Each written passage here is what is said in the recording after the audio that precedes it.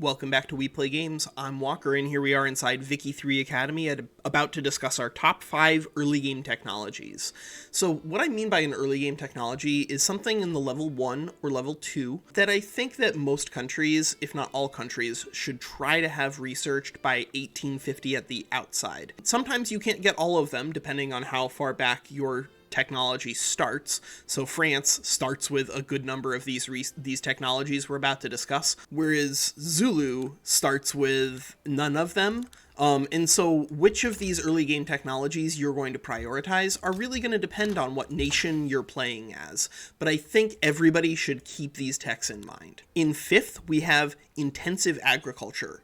Intensive agriculture is an incredibly powerful technology that allows you to use fertilizers in your farms. This is going to dramatically increase grain production in your country, which is going to have cascading effects for your pops. Cheaper grain is going to mean higher standard of living for all of your poorer pops, but it's also going to attack the wealth of the aristocrats because of the way grain works in subsistence farms. The largest single item being produced on a subsistence farm is grain. And so if you can hurt the price of grain by overproducing it via means of intensive agriculture, you can use this technology to both help your poor pops while hurting your aristocrats. So that's a really powerful 2-for-1, but it's also a really powerful technology because it's necessary in order to access nitroglycerin and therefore access explosives and therefore use explosives in your mines. So intensive agriculture, this is an incredibly important technology when it comes to your economic development while you're industrializing, because you're going to be taking pops off of subsistence farms,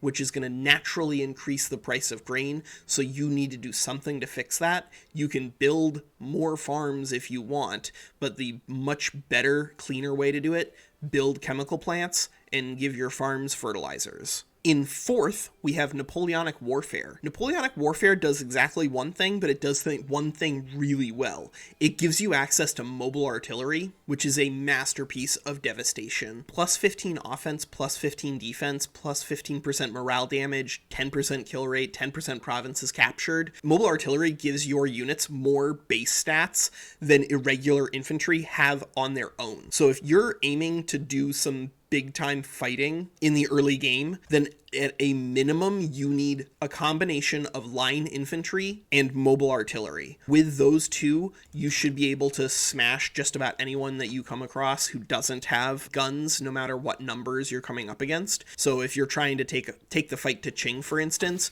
you're gonna need Napoleonic Warfare. But even if you're not trying to punch down and you're just trying to punch sideways, you're gonna need mobile artillery, because not all of the potential great powers like the Ottoman Empire, not all of them even start with Napoleonic Warfare.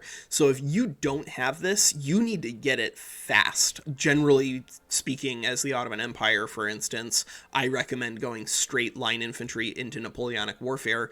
Otherwise, your troops, they're going to get themselves killed. And Napoleonic Warfare, of course, is on the tech path to get you down to Trenchworks. Trenchworks, for those of you who are not in the know, is going to be in the top 5 mid-game technologies. This thing's a masterpiece. So you definitely need Napoleonic Warfare in the early game. Depending on how much fighting you're going to do and how developed your nation is, it might be the very first technology that you rush. In 3rd, we have urban planning. Urban planning is an all-around incredible technology. The only reason it isn't placed higher is that there are a reasonable number of countries that start with it. But for countries that don't start with urban planning, you almost always need to take that as the literal first technology, just because of how good it is for you. So urban planning does a couple of different things really well. It does, first of all, construction sector max level. At the beginning of the game, that's not really going to be a big deal for the nations that don't start with urban planning. But for the nations that do, like the great powers, that +5 construction sector max level is a big deal, because you, as France or as Great Britain or whatever, you're going to build 15 stacks in like a bunch of your states, because you're going to be able to afford it.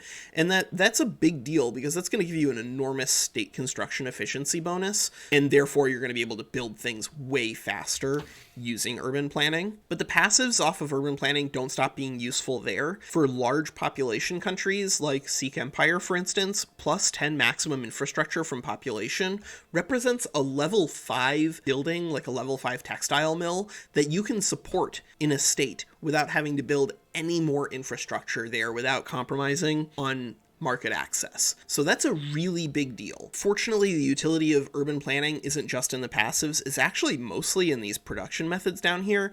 Iron frame buildings is enormous for you because it's going to provide demand for a tool industry, which means that you can go ahead and start your industrial revolution by building up a tool manufactory. It also uses iron, which means, of course, that you are going to need to secure your own source of iron just to make sure that you have enough supply moving around in your economy. But it reduces your dependence on wood, which I think is really important because wood, as you industrialize, is going to increase in price because wood is one of the things that you get from subsistence farms. As you build, you are going to economically need to move into iron frame buildings instead of wooden buildings. Fortunately, iron frame buildings are way better than wooden buildings. They employ the same number of pops, 5,000 or 5,000, but these iron frame buildings, they employ 250 machinists instead of 250 laborers. So you're just giving some more pops slightly better jobs. But what that should highlight for you is that as a low population state, iron frame buildings is incredibly important because it'll allow you to continue to grow your growth. It'll allow you to continue to build up your construction sector while using as little of your precious population as possible to accomplish that. And so iron frame buildings and urban planning,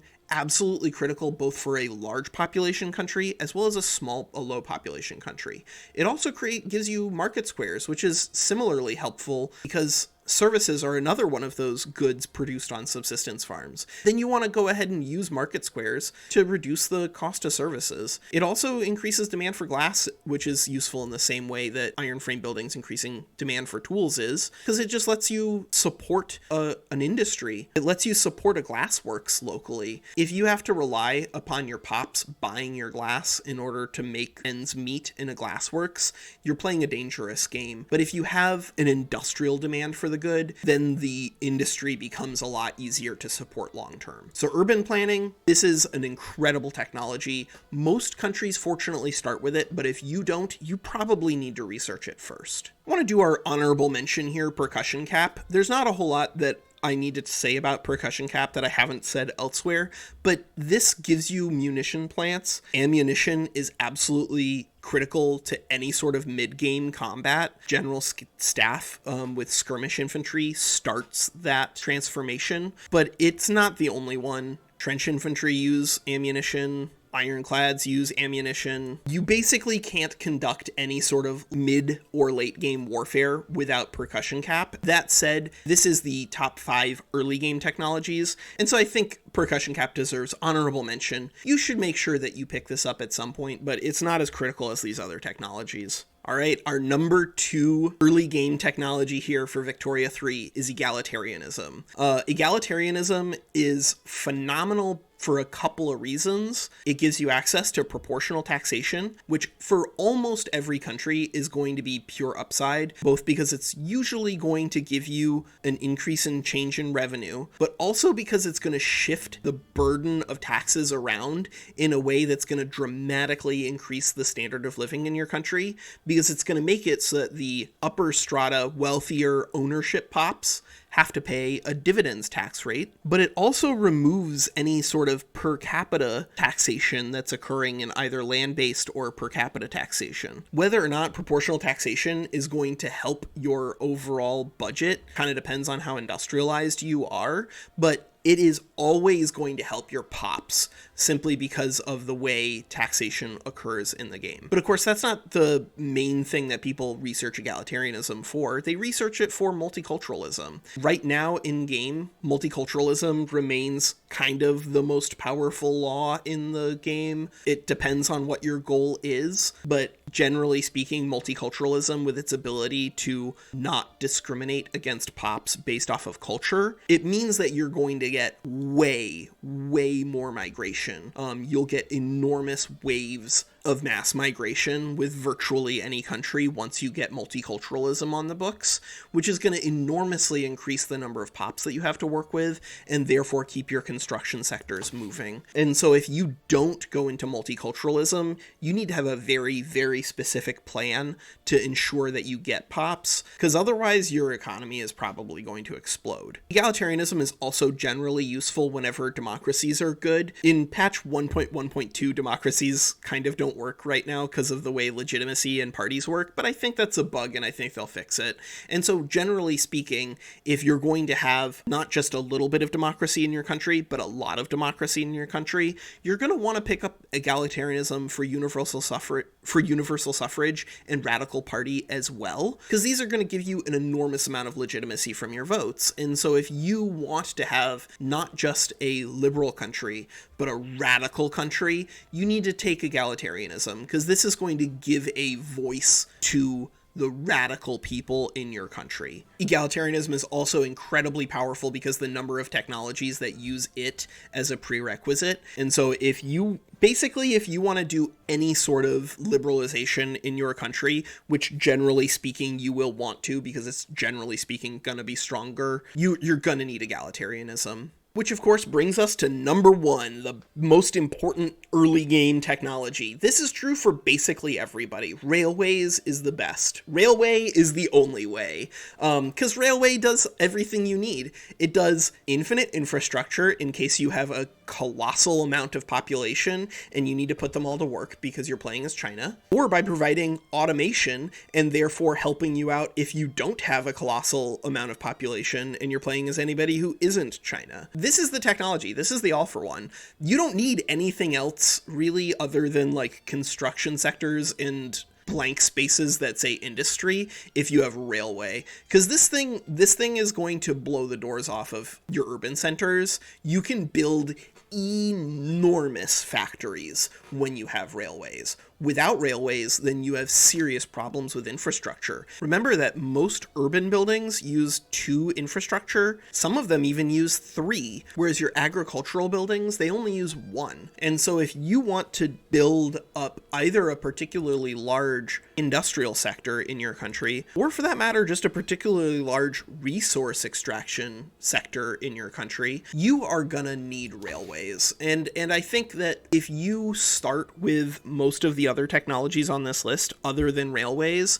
then railways really should be the thing that you rush towards. If you don't start with Napoleonic warfare, you probably need to take that one first. If you don't start with urban planning, you probably need to take urban planning before Napoleonic warfare, but that's a necessity. This thing is the real prize. This is the one that is going to allow you to become an industrial god. Whether you're good or evil is kind of up to you and what you decide to do with this knowledge. But yeah, that's the top 5 early game technologies here on We Play Games. Like and subscribe. I am still working on Victoria 3 content, I promise. And if you have any questions that you'd like to see answered in the Academy, go ahead and post below in a comment. I'm always happy to take ideas from the community and turn them into videos. I think I do my best work that way, but I definitely have the most fun that way.